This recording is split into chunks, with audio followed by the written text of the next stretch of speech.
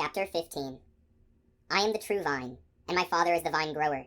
He takes away every branch in me that does not bear fruit, and every one that does, he prunes, so that it bears more fruit. You are already pruned because of the word that I spoke to you. Remain in me, as I remain in you. Just as a branch cannot bear fruit on its own, unless it remains on the vine, so neither can you, unless you remain in me. I am the vine, you are the branches. Whoever remains in me, and I in him, will bear much fruit, because without me you can do nothing. Anyone who does not remain in me will be thrown out like a branch and wither. People will gather them and throw them into a fire, and they will be burned. If you remain in me, and my words remain in you, ask for whatever you want, and it will be done for you. By this is my Father glorified, that you bear much fruit and become my disciples. As the Father loves me, I also love you.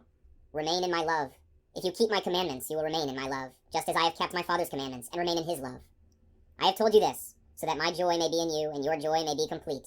This is my commandment. Love one another as I love you. No one has greater love than this, to lay down one's life for one's friends. You are my friends, if you do what I command you. I no longer call you slaves, because a slave does not know what his master is doing. I have called you friends, because I have told you everything I have heard from my Father. It was not you who chose me, but I who chose you and appointed you to go and bear fruit that will remain, so that whatever you ask the Father in my name, he may give you. This I command you, love one another. If the world hates you, realize that it hated me first.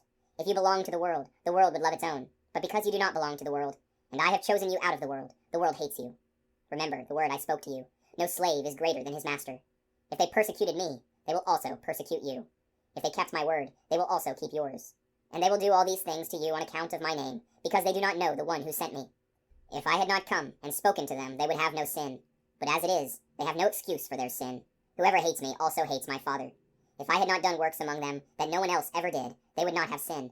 But as it is, they have seen and hated both me and my Father. But in order that the word written in their law might be fulfilled, they hated me without cause. When the Advocate comes, whom I will send you from the Father, the Spirit of truth that proceeds from the Father, he will testify to me. And you also testify, because you have been with me from the beginning.